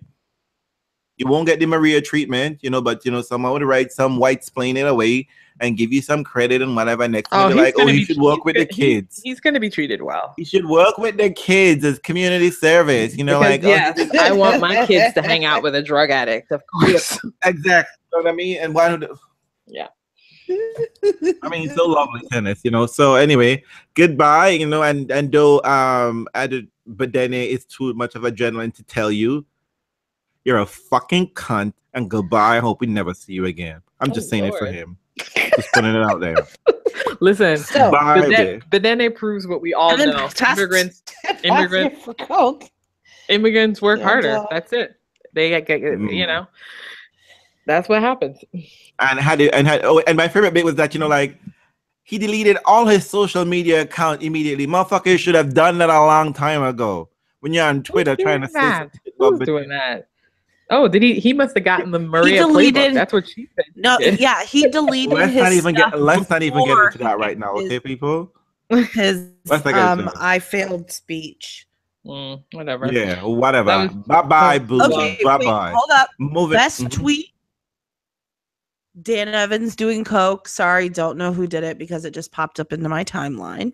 But it was a retweet of the announcement that he had been tootin' toot toot. Said, you all are surprised that Dan Evans was doing coke, but I'm surprised he could read because it was about him coming out to read a statement. Well, there was some shady bitches. There was some crap. But I mean, the best part was Pablo. Pablo gets the crown. Pablo made some movie posters. He had reviews. That was too much. That's too much time. All right. Pablo did work into that. And I must give credit for top-notch shade and read. Then Neil Harmon. Neil Harmon had like added his 2 cents. You know what's so great about Neil Harmon? Ever since he's been convicted of his own crime, he has so much compassion for people who've gone wrong. Now Neil Harmon's like, he was like, think about Martina Hingis when she did this. Neil Harmon just out of support group for people who do bad things. It's like, I do bad things, but I really need your sympathy. And he and Maria should get together. Those two act like they've been the most people ever. Tennis victims. Victims of ourselves. That's what you should call it. Victims Anonymous. That's what y'all should call y'all. I'm gonna fuck out of that bullshit. Whatever. Moving on, and as we have a trio of bad boys in terms of news here, or we have a quadruple, you know. Then we have Boris letting us know. Well, the judge let him know, bitch, I saw you playing tennis. I saw you won Wimbledon, and I thought you were the shit. Ass motherfucker who know how to pay his tax. So get the fuck out of here. You get no more time. We need our fucking money and stop being a fucking bum. Well, she didn't put it like that, but you know, she said it in German, you know, and she probably put, you know. No, it was in London. I think it was in UK, so it was actually an English court. So it was in English. Was it? Yes. Oh, really? Maybe you're not judgy and racist. That was kind of racist. A little bit racist. Of you? But you know what? Yeah, it's a little bit. It's okay. As long as you admit it out front, up early. You gotta get in front of it. Yeah, but Boris says he's broke. And my real question was just like, what the fuck is Nole paying you, boo boo? In peanuts? $2. He's playing him in hugs. That's why he find out work. It's just like, I gotta fuck out of here. I need real cash. Well, you know what? I mean, I actually think, you know, initially they were saying how Sasha couldn't afford Boris. I think Boris might actually do Sasha solid by begging him to give him a job as a coach. Take me to the next level, Boris. Although I wouldn't want Boris anywhere near Sasha. That seems like a bad coaching combo just because Boris is trash. Like, you know, I mean, I think he would encourage poor behavior. Like fucking in broom closets. Listen, he'll never live that down. That is up there with the Wimbledon titles, what we know most about him. I mean, like, you're fucking someone in a broom closet and your wife is at the table of the same restaurant. You're fucking a waitress. Gross. Oh, all right. My God. Who's the next? Who's the third? So yes, and Agassi has revealed that he's on podium with Novak. Good for him. Good for him. I don't know what that's all about, but you know. But he says he's going to be there as long as Novak's there, which means that we're going to have to expect Novak to go on week 1 because nobody wants Agassi around for that long. I mean, Agassi, like, what if you're the coach of somebody? Why else would you stick around? That's what he said. He's like, I'm going to be there. He's supposedly there as long as Novak is there, which means nothing. So it's somebody gets rid of Novak. Exactly. That just goes out when you're winning. What a Trumpish thing to say. No, he says I'm gonna be outside when I'm outside. Listen, or Novak really doesn't pay shit in hundreds. Like, you can't No. Listen, he says, I'm going to be around. I'm going to be around as long as you're in the tournament. Because you know what? Because apparently Agassi thinks he's too cool to hang around at the tournaments, period. So he's like, I'm just going to be there when you're there, boo. Listen, he thought that when he was playing. He's a member of the Wimbledon club. Oh, when's the last time you saw Agassi there, though? He didn't leave his house. You know, Steffi probably got that on lockdown. And that she should. She read that auto. Probably trying to do meth or some crazy shit like that. But anywho, last but certainly least, you know, I mean, like, I don't really want to spend too much time on this shit, but let me just say, people, when John McEnroe talk, do like me. No, we did you a solid, and we watched the freaking Maria Sharapova fucking movie. Come on, are we skipping that? Come on. No. That is not the end. No. When I say last but not least, we're talking about the bad boys. Ugh. That's what I was talking about. Oh, shit. Oh my God, you spoiled my setup, Andreen. You just spoiled my you don't got no setup. We gotta go. But anyway, let's just put it, you know, like, you don't listen to Andre, don't listen to John McEnroe, don't publish his shit, don't retweet it, none of that shit, because he's just doing it to sell some fucking bullshit book. Yes. I mean, and all of you guys are falling for it. He said something crazy about Serena, and now you guys are retweeting it, talking about him, and basically increasing his numbers on Twitter, giving him free publicity about a book that nobody wants to read. That is what John McEnroe does. He picks a controversial thing to say, and then he knows you're going to go with it, and you guys are running with it, going crazy, and giving him free publicity. I had to go and click on the link, and when I looked at it, I was like, oh, he's got a book out? I was like, all right, I'll close it down right away, because that's the only reason why he's talking. You know what I mean? Now I get it. Now I get it. You know? And also, people, don't be trying to get Serena to make a statement. Please. She already did. She already tweeted.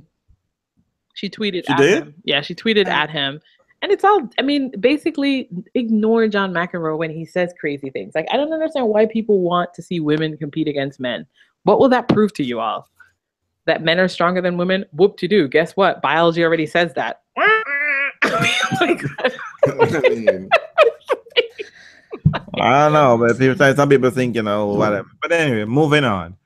Well, apparently, I was going to say it was about like the race thing, but apparently they used to say that all the time to Chrissy as well. They wanted her to, when she was at the height of her fame, they wanted her to compete with men. It's like, I don't know why you feel like people feel the need to drag women down by saying if you competed with the worst men ever, you would lose. I don't see what that's about. That's not how the sport works. You compete with people who have the same skill, the same ability, and the same bodies. Female bodies competing with other. I think a lot of it is it's probably I think it stemmed from insecurities. Well, of course. And you know, people just, you know, it's like such a bully mentality. You know, I can't beat the men on my tour. You know what I mean? But I can beat this is what I don't understand. You can't even beat them. You can't even do your job well. I know. But you're trying to go into somebody else's business and be like, I could do better than you over there. Boo boo. No. Mind your business. Beat the people in front of you. Why don't you beat Federer on a consistent basis? Beat Nadal, beat Divadal, beat Djokovic and those people, and then come try to tell me you're somebody worth even considering put up a matchup I waste exhibition money to go watch.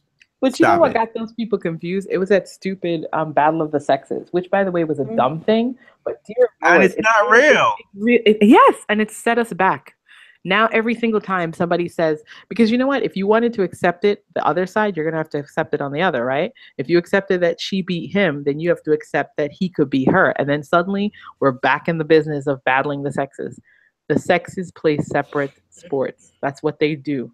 We don't have to cross over in order to prove that men are better than women or women are better than men. They're different. Like, I don't understand why we have to keep doing that. Understand, and like, I don't even understand. Like, so you beat her in a tennis match. You get a trophy for that tennis match. You are better at her at tennis.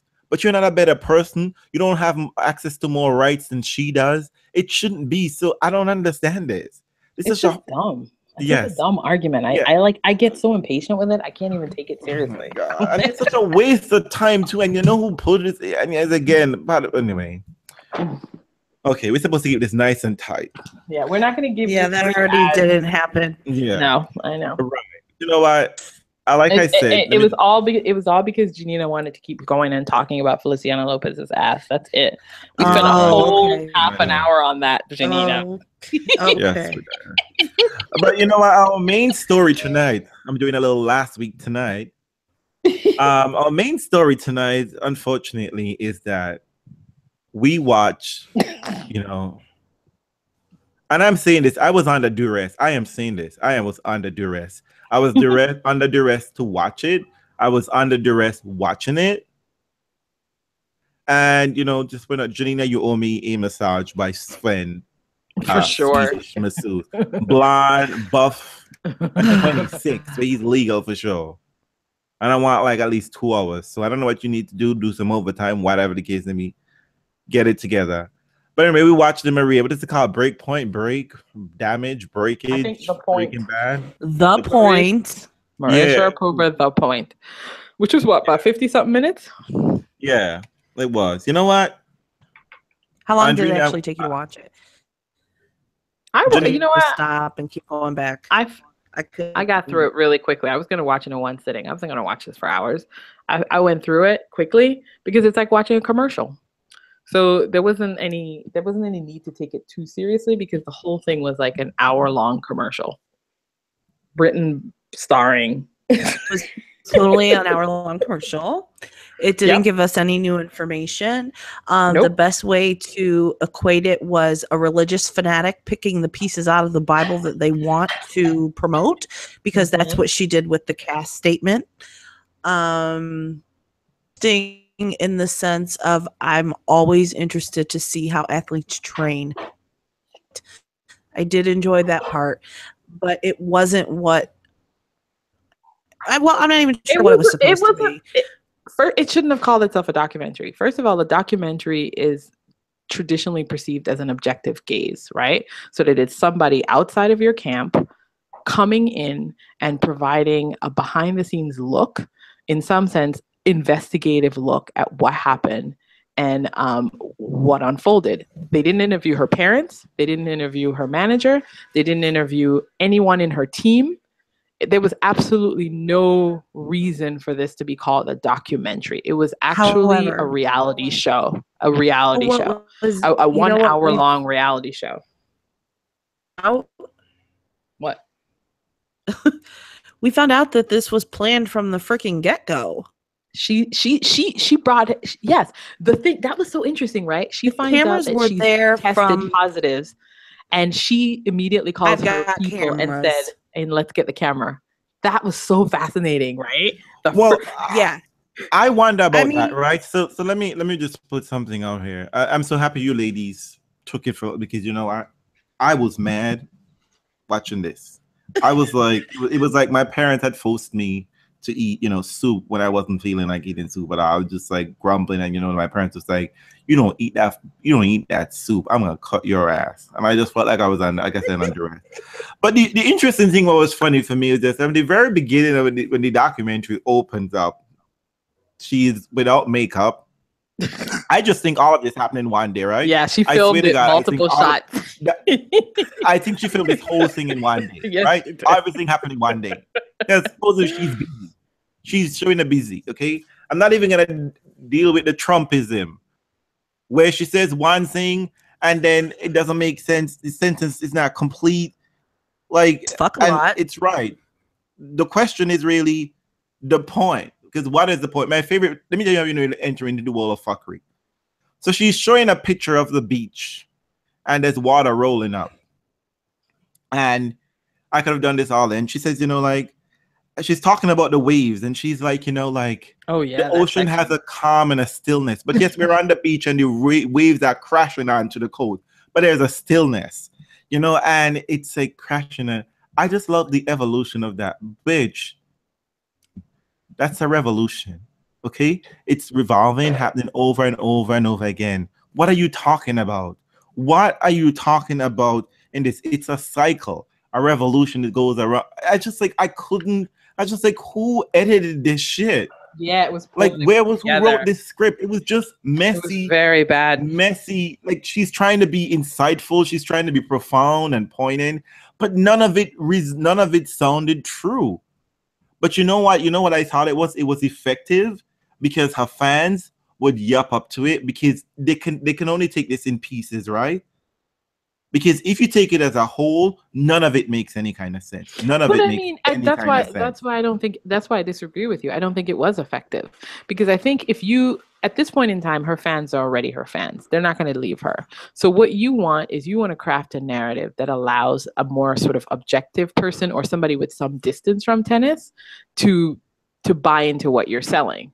And this was not the piece to do that, which is a shame, because the producers of it, Lisa Lax and Nancy Stern Winters, who are siblings, they actually have a pretty good reputation in sense of, like, they did a thing on Martina and Chrissy, and they've done other sports shows. But I actually think they damaged their brand by putting their name on this piece, because it was not up to snuff. Like, if you're going to convince me about what happened, you need to talk to people who are outside of her camp. You've got to give me a little bit of distance, right? They didn't talk to any external voices. She was controlling the entire narrative. Well, that's why I think it was shot in one day. It was shot in one day. Yeah, it was weird.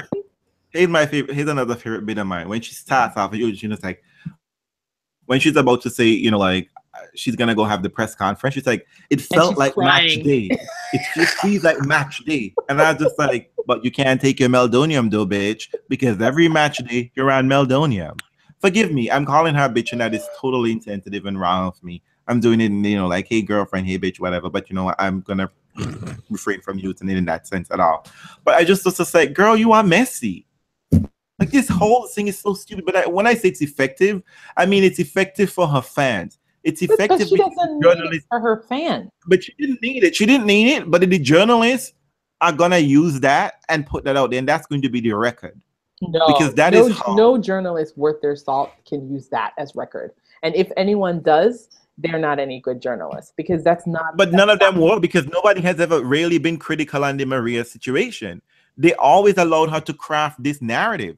Everything she said was what was being said in all of the papers. Very few people were any critical voices. So in fact, whereas the woman could have gone out there to be any kind of external sources to get any kind of critical point of view, you know who they brought out? They brought old white man Dick Pound. Yeah. And they crossed him like an evil villain, like he wants to stop the blonde young thing from getting things. But when in fact, Dick Pound is making complete sense.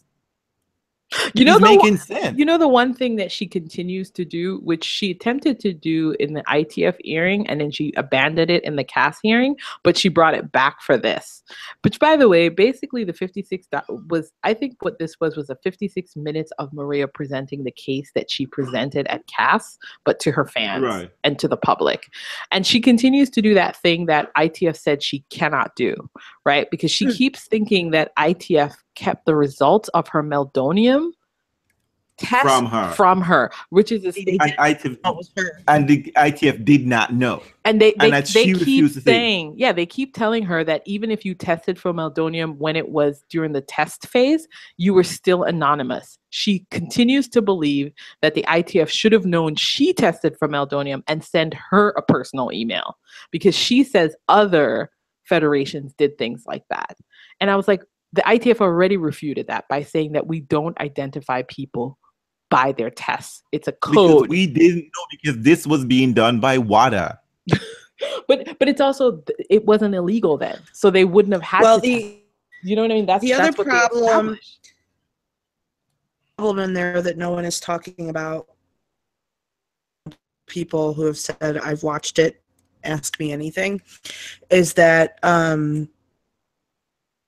she says,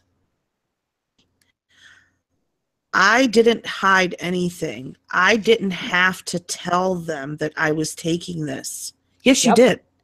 And that's you took a doping test. That. And you didn't claim it on your doping form. You lied every single time.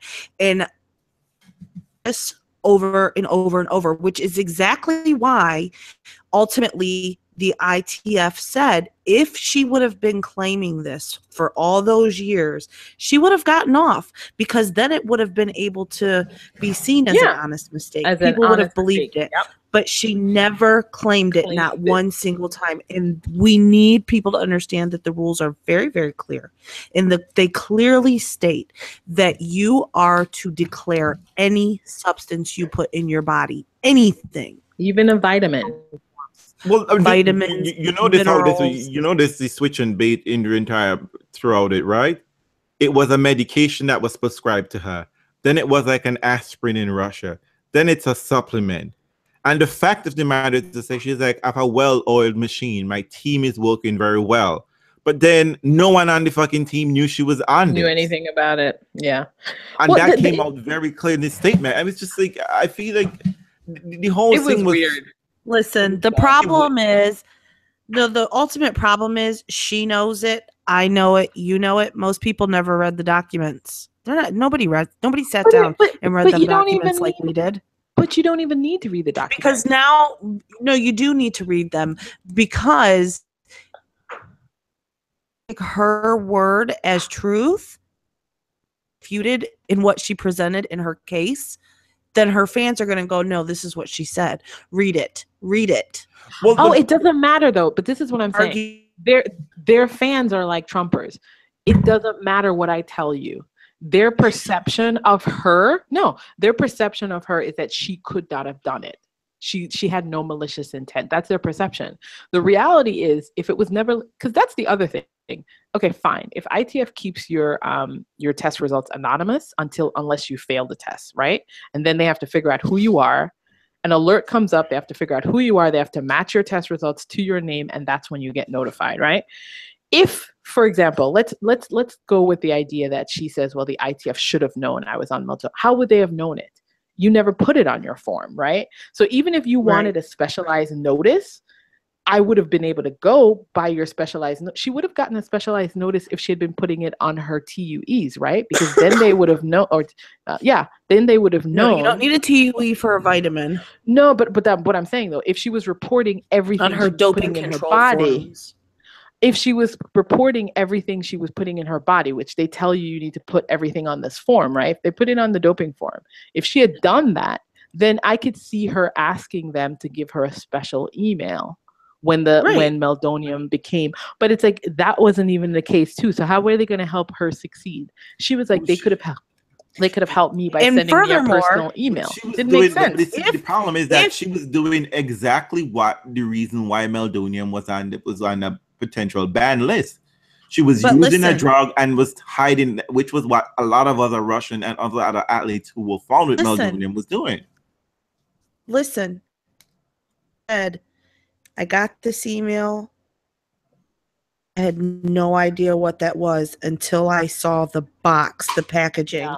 Then I knew that's what this was. So let's say that the ITF did send an email and it said, you know what? Meldonium is going on the ban list.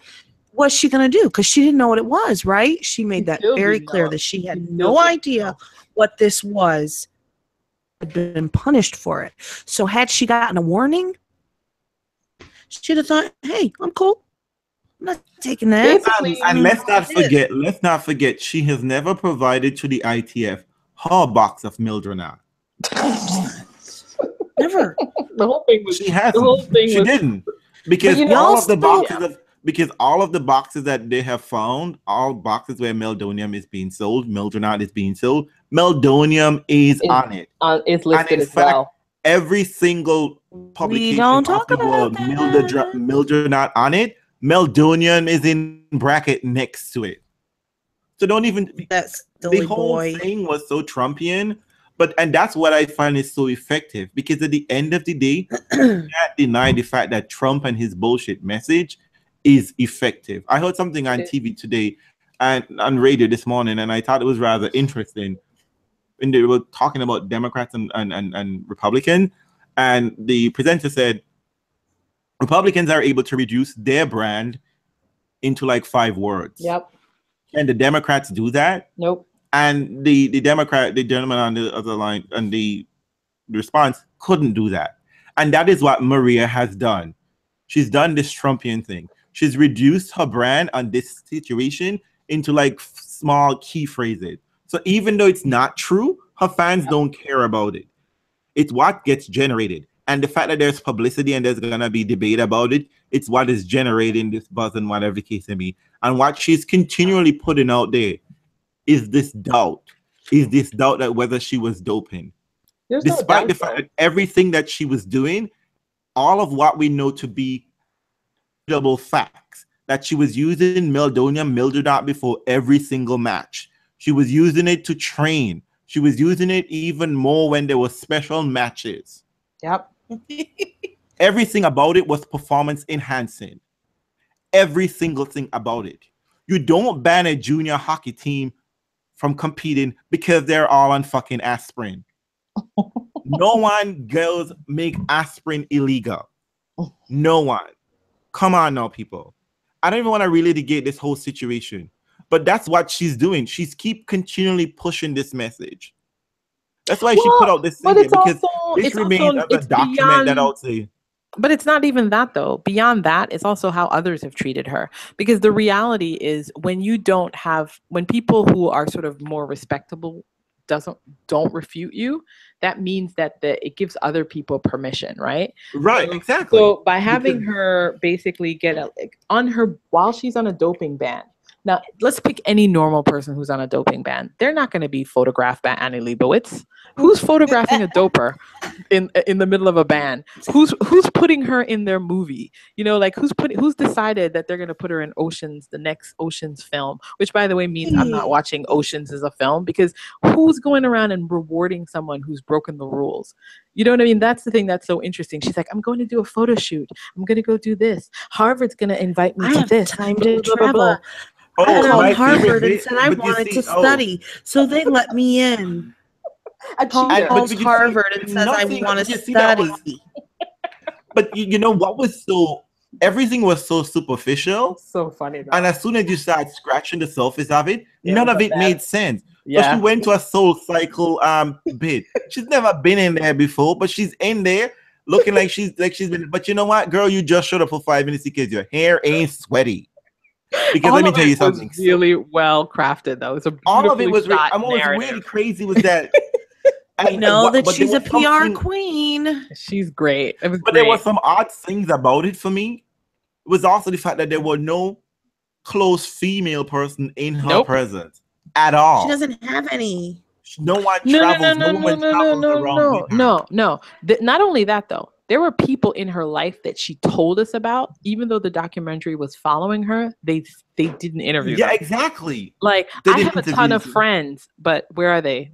Give me a question, 2 questions. Oh, my father is really the one who's in control of my business. Well, then let's talk to your father. Yeah, he says nothing. He got nothing to say. He's got nothing to say.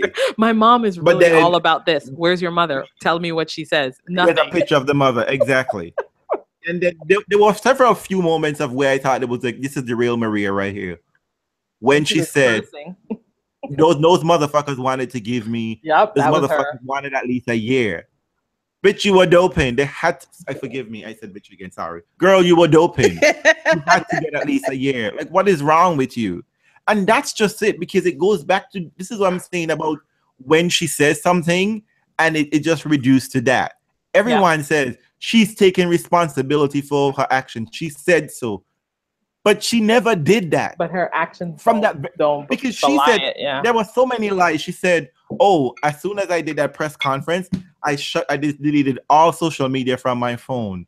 I was like, no, but girl, you were still on social media on the computer then, because you kept putting out statements. You put up Facebook saying, your real friend tweeted me, and here is a picture of the thing that Wada sent to me. She said that. She said I deleted it from my phone. She said that. You know, but the impression was to be that but the impression was that she was not right, because she added to that statement of deleting it. She said, I didn't want to be involved in it. I didn't want to hear any of this. Sorry, go ahead. Sorry.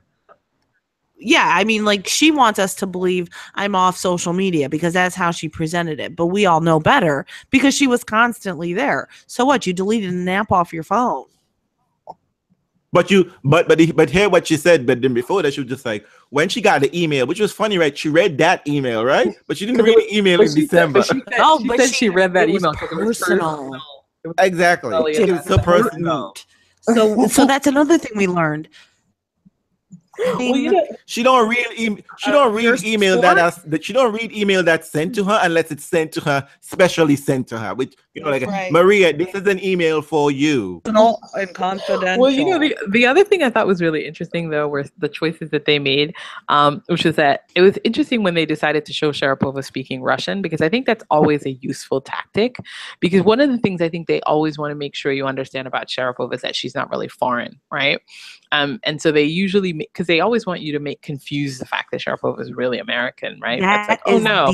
So I thought that was so interesting. I've never heard her speak Russian. But they had to do that because I thought that was done because she made the implication that her father took her back to see a pediatrician. Yes, exactly. Girl, you're nearly 30. You don't see pediatricians. Okay, no. That was the initial. That's not how it happened. Right. No. But I'm saying no. I'm talking about the fact that she continued to see this pediatrician through to 2012. Yeah, which was interesting. That was her presentation. Right, that was the presentation of it. She tried to say this thing, but then and this guy was the one checking it. This was the guy checking for she said a pediatrician. But what I thought was that they went to Russia, when in fact, then before, she's saying that she's been in America since she was like 9. Yep.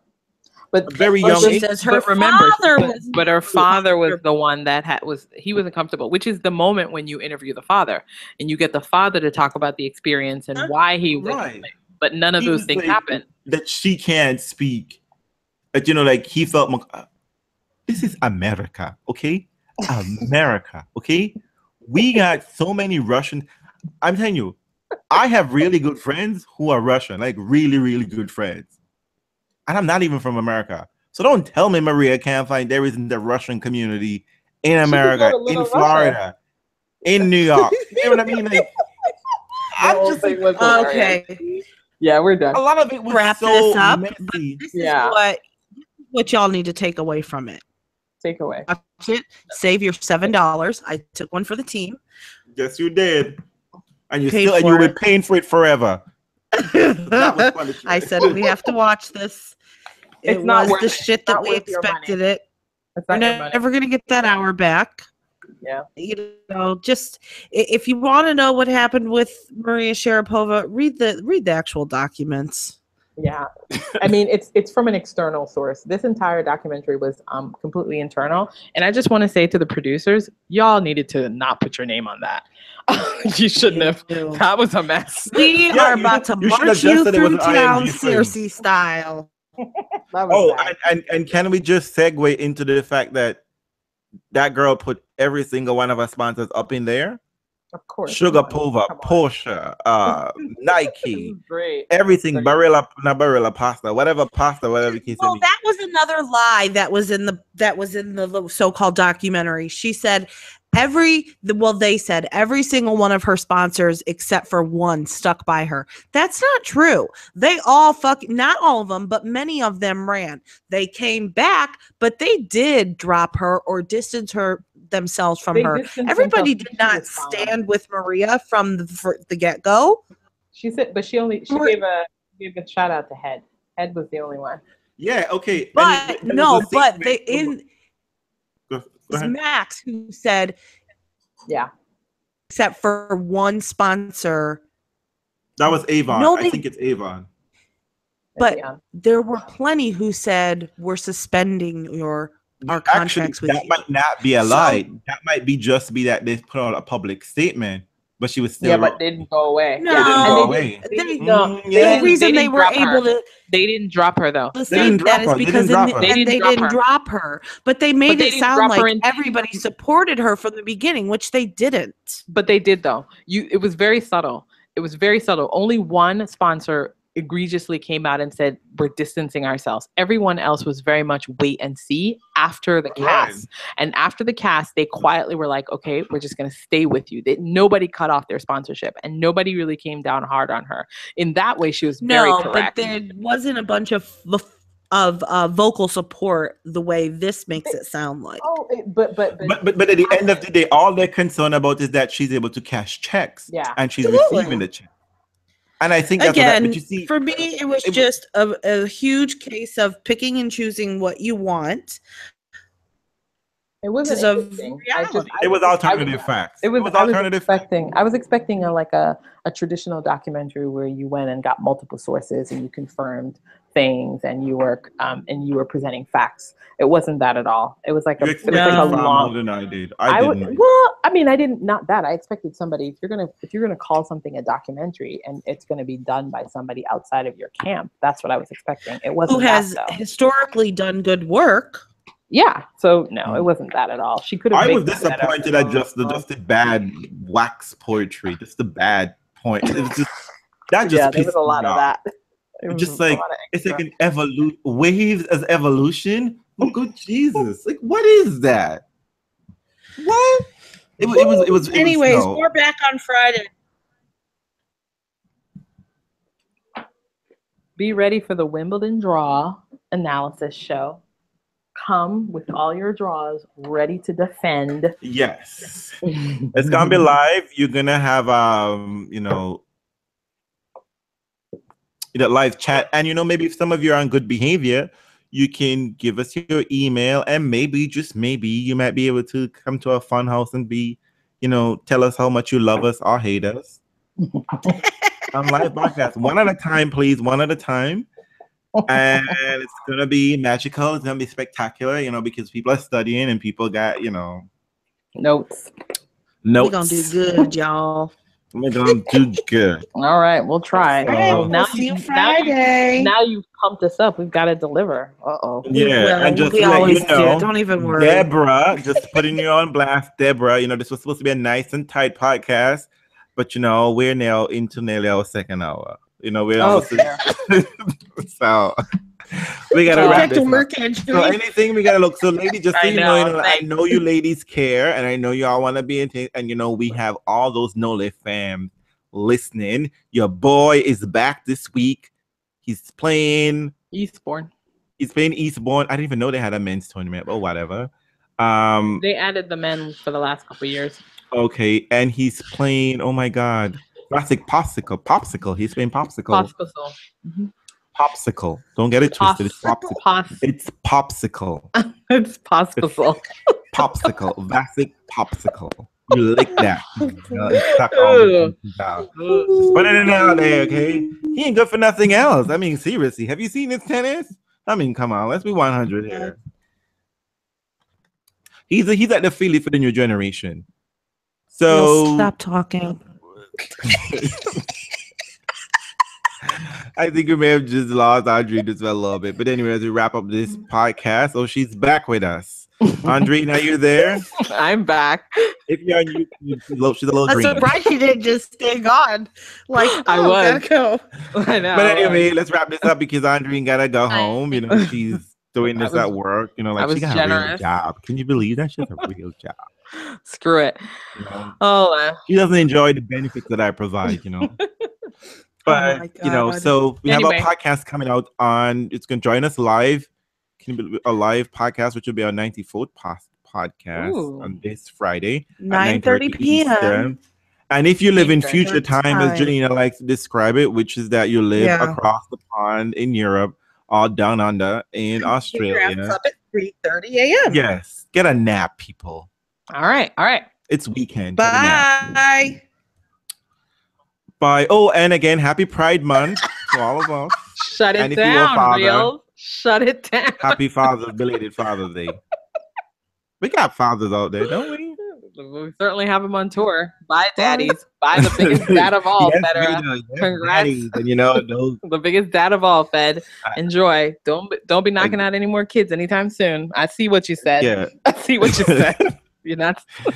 And if you don't have any children, I can call you daddy. Hey, bye.